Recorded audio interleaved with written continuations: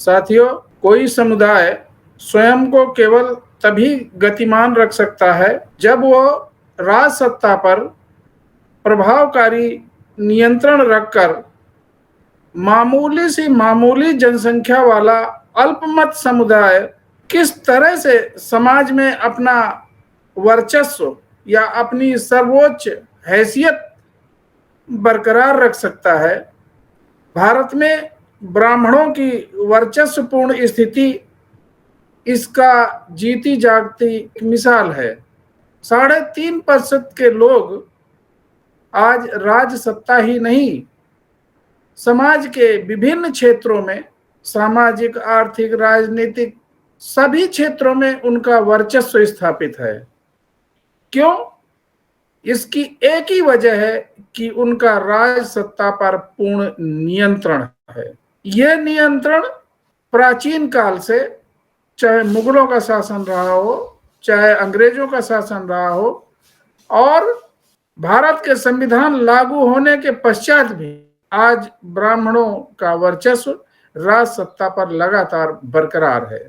जितने भी महत्वपूर्ण पद हो, प्राकृतिक संसाधन हो, राज सत्ता के जो महत्वपूर्ण पद हैं, सब पे ये काबिज हैं। न्यायपालिका, कार्यपालिका, व्यवस्थापिका, हर जगह ब्राह्मणों का वर्चस्व केवल 3% जनसंख्या होते हुए भी।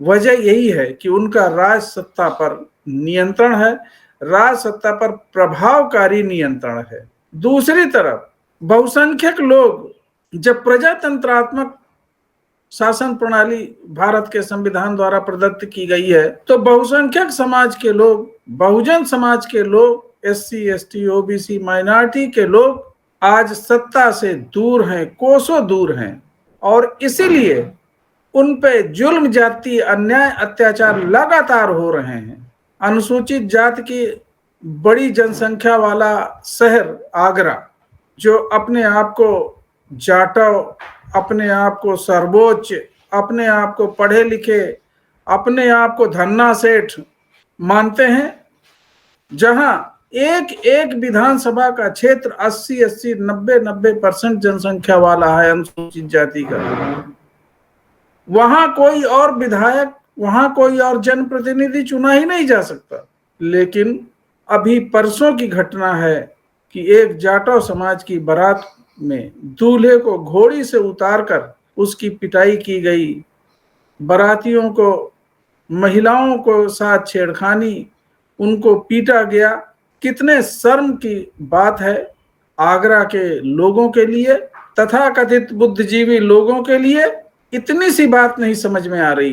भारत के संविधान लागू होने के लगभग 72-73 साल होने के पश्चात भी आज भी ये गुलामी बरकरार है।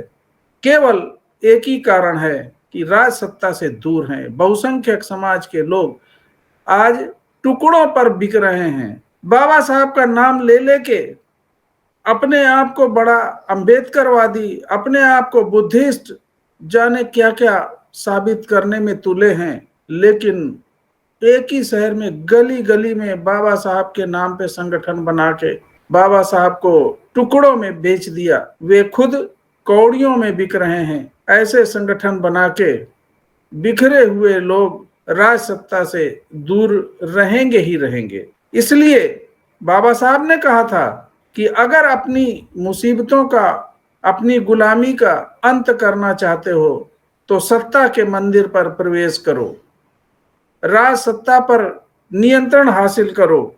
राज सत्ता पर नियंत्रण या प्रभाव निहायत जरूरी है, क्योंकि इसके बिना राज की नीति को एक दिशा देना संभव नहीं है। प्रगति का सारा दारोमदार राज की नीति पर होता है। अभी निकाय के चुनाव हो रहे हैं, चाहे प्रत्याशी हो, चाहे उनके नेता हो, चाहे उनके कार्यकर्ता हो। गली गली लोग, छुटभइये पत्रकार घूम रहे हैं, पूछ रहे हैं किन मुद्दों पे चुनाव लड़ रहे हैं। सड़क, बिजली, पानी, विकास के मुद्दे पे चुनाव लड़ रहे हैं। किसी के मुंह से आज तक ये नहीं निकला राज सत्ता हासिल करने के लिए चुनाव लड़ रहे हैं। सत्ता हासिल होती है तो सड़क, बिजली, पानी, विकास सब कुछ संभव है। वरना तो जो अल्पसंख्यक समुदाय के लोग हैं, मुट्ठी भर लोग हैं, उनके हाथ में राज सत्ता आने पर उन्हीं के लोगों का फायदा, उन्हीं लोगों का विकास, उन्हीं लोगों का प्रगति होती रहेगी। बहुजन समाज को शासक वर्ग बनना है तो उसे अपने वोट को ना लुटने देना है, ना बिकने देना है। मान्यवर काशीराम साहब ने पूरी जिंदगी यही कहते कहते कि मुझे ना बिकने वाला समाज बनाना है। आगरा में या तमाम जगहों पे ठेकेदार बने हुए हैं, ऑटो के सौदागर बने हुए हैं। जिस चौधरी को जितना अधिक पाउचेज मिल जाते हैं, वोट वही जाता है। बिक रहे हैं लोग, कौड़ियों के दाम बिक रहे हैं लोग। वोट को बेचना, दुरुपयोग करना एक अपराध है। वोट बहुजनों को प्राप्त एक अनमोल अस्त्र है, जिसका उपयोग कर गुलामी से मुक्त हो सकते हैं, अपनी मुसीबतों का अंत कर सकते हैं। बहुजन नायकों ने बहुजन समाज को राज सत्ता में लाने के लिए सारे प्रयास किए हैं, सब संभव प्रयास किए हैं। संगठन की ताकत, संगठन की शक्ति का एहसास कराते हुए, संगठित रहते हुए राज सत्ता पर नियंत्रण, राज सत्ता पर कब्जा, शासक वर्ग बनने के लिए पूरा प्रयास किया है। लेकिन इतनी शिक्षा, पढ़े लिखे, सूझबूझ, पैसे वाले लोगों के पश्चात भी, अधिक संख्या में होते हुए भी लोगों की नालायकी के कारण आज वो सत्ता से दूर हैं, शासक वर्ग नहीं बन पा रहे हैं।